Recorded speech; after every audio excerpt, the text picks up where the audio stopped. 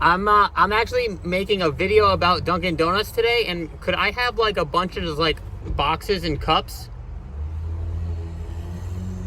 Hold on Very, one sec. very strange request, I know. Can I be in the video? Yeah, sure. You can hand me the stuff. Word up. Sounds good. Cool.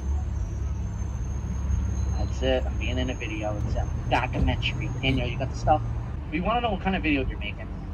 You probably wouldn't like it. You want me to tell you what it is? I'll listen. It's about why I don't tip at Dunkin' Donuts. Ah. Dunkin' Donuts, you can't find me in a grocery store. Dunkin' Donuts, you can't find me in a bakery. Dunkin' Donuts, they're not for sale in a restaurant. Dunkin' Donuts. What makes some service personnel worth tipping over others? Recently, apps like Square and PayPal have implemented a tipping option for most services, basically guilt-tripping you into tipping where you normally wouldn't tip. In 2016, tip creep and guilt tipping were coined to explain this term of being guilted into tipping. The reason why we tip is because people provide a service. Tipping originated because some people were making well under minimum wage, and the only way that they were able to compensate were through tips of others that they serviced. Doesn't have to be sexually. So why do we tip at certain fast food restaurants and not others? TripAdvisor says fast food restaurants do not have tipping because there's no table service when a server brings food to your table. Now there are certain fast food restaurants that do implement this, but most of them do not. The big ones, McDonald's, Burger King, things like that, usually don't have a tabletop service. Fast food workers typically work at the counter, providing countertop service. Tabletop service involves your server performing a certain task, like taking your food and beverage order and bringing it to your table, providing suggestions on the menu and food pairings to good wine. I've never been to one of those places, but it sounds nice. Asking for refills or you want any more bread, bringing the different courses of the meal to the table, and also taking payment for the meal. Basically, from step one, they have served you. And in many states, the minimum staff wage is $2.13 an hour. And this is where tipping comes in for tabletop workers. They literally live on tips, and all their income from their check basically goes into their taxes. Now, I mentioned before that certain fast food restaurants do tabletop service, and certain ones do get tips, and certain ones, the majority of the ones, McDonald's, Burger King, Taco Bell, those do not get any tips. But I want to talk about one fast food place today that I think does not deserve tips, but for some reason it is customary to give tips, and that is Dunkin' Donuts.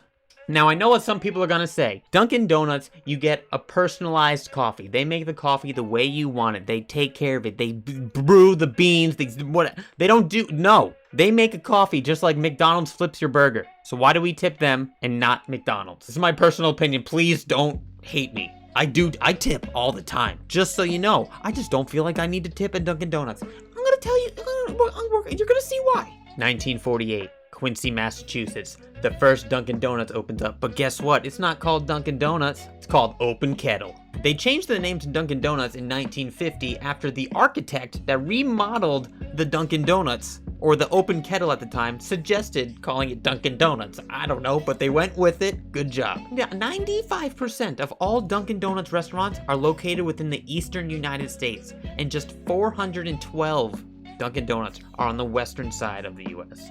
I don't know if that's between the Mississippi, but that's besides the point. Dunkin' Donuts typically sells 30 cups of coffee every second. What? Yes, it's true. I looked it up. The state with the most Dunkin' Donuts is New York, with 1,569 Dunkin' Donuts, more than the entire west side of the Mississippi. Again, I don't know if it's actually they're drawing the line at the Mississippi. 1,500 Dunkin' Donuts in New York, as opposed to the state with the least amount of Dunkin' Donuts, not zero, but the least amount, is Wyoming. Wyoming has 1 Dunkin' Donuts, and Alaska has 2. There are 11 states without any Dunkin' Donuts, including Oregon, Montana, Puerto Rico, Washington State, Idaho, North Dakota, and South Dakota, and a couple others. Rhode Island, because I'm from Rhode Island, has 124 Dunkin' Donuts. The city with the most Dunkin' Donuts is Chicago, Illinois, with 224 inside the city limits. The next is New York, New York. Manhattan has 181 Dunkin' Donuts. June 14th, 2011. Where were you? I don't remember where I was either. But in Bellingham, Mass, there was a group of Dunkin' Donuts franchise owners seeking to change the law, allowing shift supervisors to take a cut of the employees' tips. Now, there's a ban on managers asking or demanding tips from tipped workers, and it dates back to June 1952. So in 2011, they're like, no, I want tips. Well, on June 5th, 2012, at the Rhode Island State House, my state strikes again. The House overwhelmingly passed a bill called H7566. Intended to prevent employers from taking a cut of the tips that customers give to food service and other employees. Dunkin' Donuts told us the company has no such policy, and the decision about whether to let workers keep their tips or give that money to charity is up to the store owner. And that's the main ingredient right there. Dunkin' Donuts is a franchise. Anybody can buy into a franchise. So it's up to the franchise owner if the workers get tips or not. And now I'm not saying that all franchise owners taking all the tips. I'm not saying that. I'm just saying they have the option, and that's fucked up. April 13th, 2015. They took our tips. They took our tips. Ow! I literally just hit my left nut. I didn't hit the tip though, because they took it. April 13, 2015. The court says Dunkin' Donuts owners can keep the workers' tips if they want to. And that was the final ruling back in 2015. Yay, they did it. Most franchise owners would not be such a piece of shit to do that. But they have the option, and that's just shitty. Now, let's take that off the table. You're making me a coffee. Make me a coffee and give it to me. Here's the money for the coffee. Hi, make me a burrito. You gave me the burrito you made for me. Here's the money for the burrito.